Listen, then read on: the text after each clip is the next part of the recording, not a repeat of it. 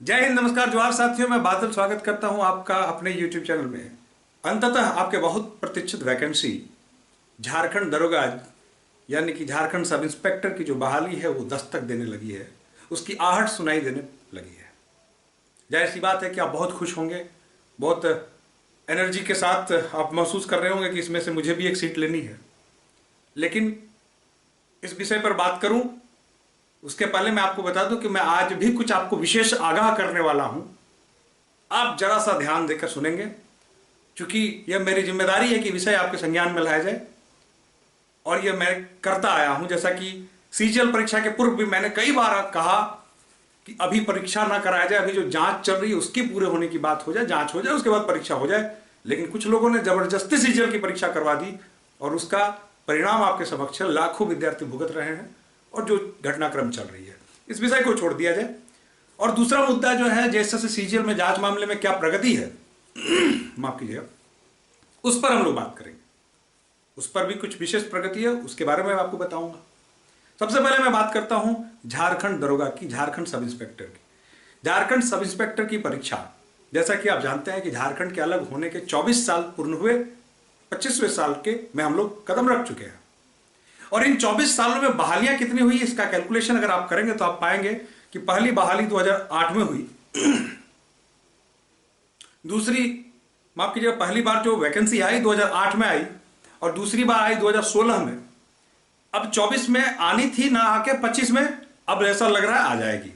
अंतराल देखे तो आप पाएंगे कि झारखंड अलग होने के 24 सालों में 8 साल का अंतराल है, सहयोग कहिए चाहे रखा जा रहा है झारखंड दरोगा के लिए।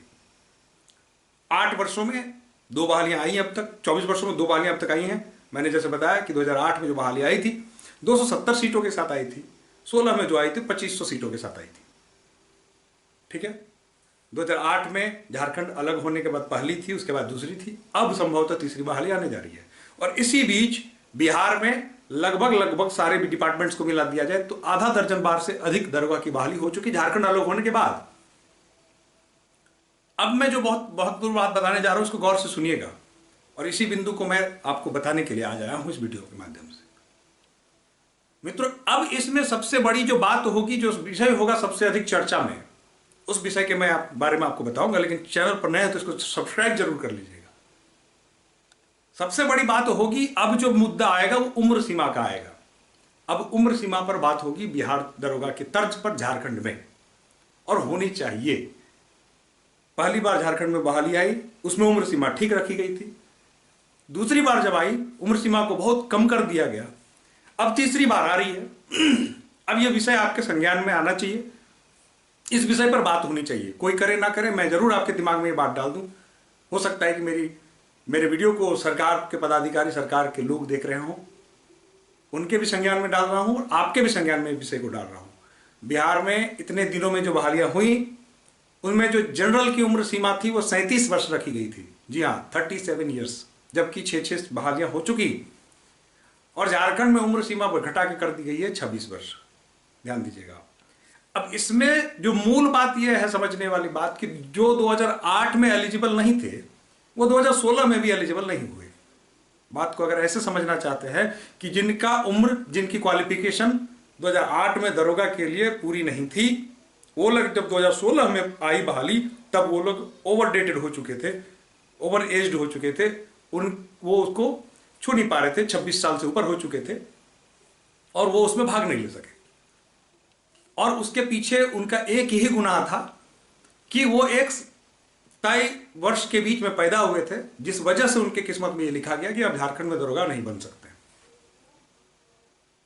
इस साल से इस साल के पैदा होने वाले लोग झारखंड में दरोगा नहीं बन सकते, ऐसी उनके किस्मत में लिखी जा चुकी थी, जिस वजह से वो दरोगा नहीं बन सके।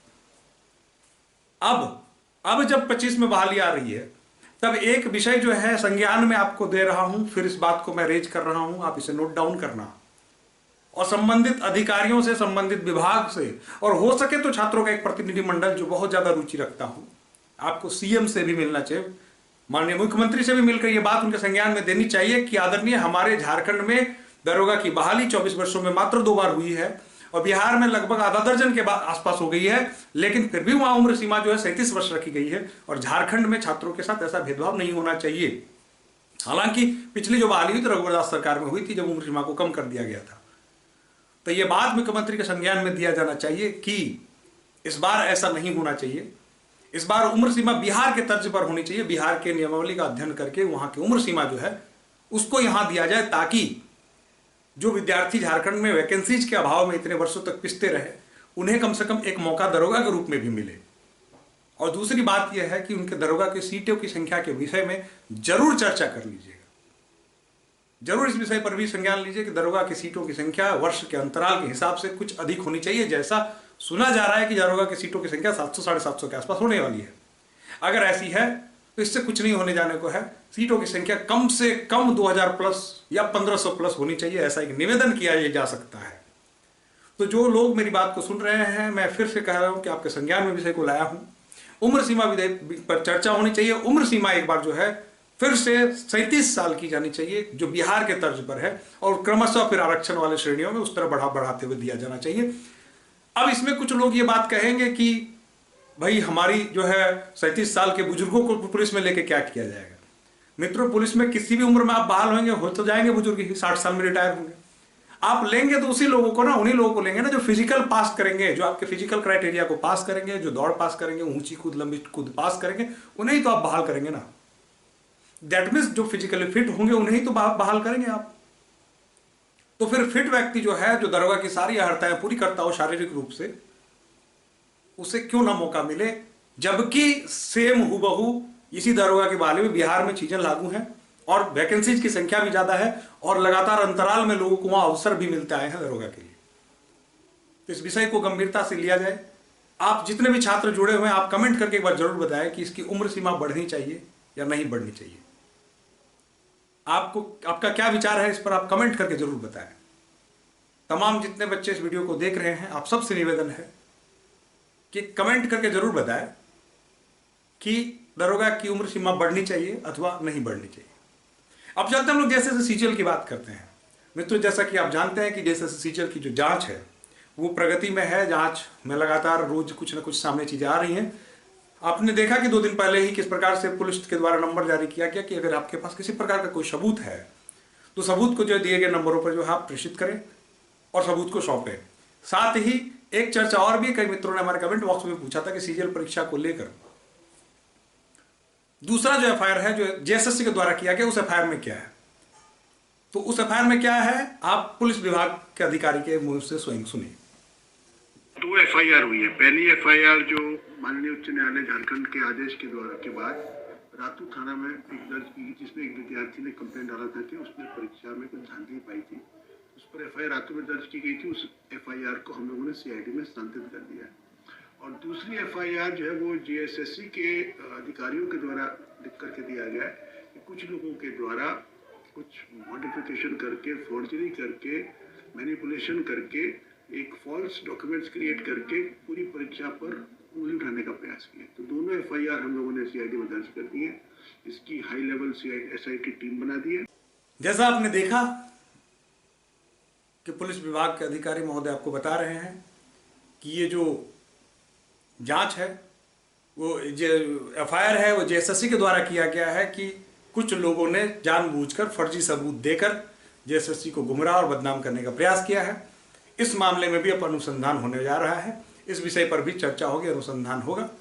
फिलहाल आप जानते ही हैं कि 22 तारीख को जो है मामला कोर्ट में है। कोर्ट में 22 तारीख को एक डेट है, उस डेट में क्या सुनवाई होती है। 22 तारीख तक अगर सरकार पूरी कर लेती है जांच को, जो विभाग है संबंधित, अगर जांच पूरी हो जाती है, उसकी क्या रिपोर्ट निकल के सामने आती है, अभी देखने वाली बात होगी।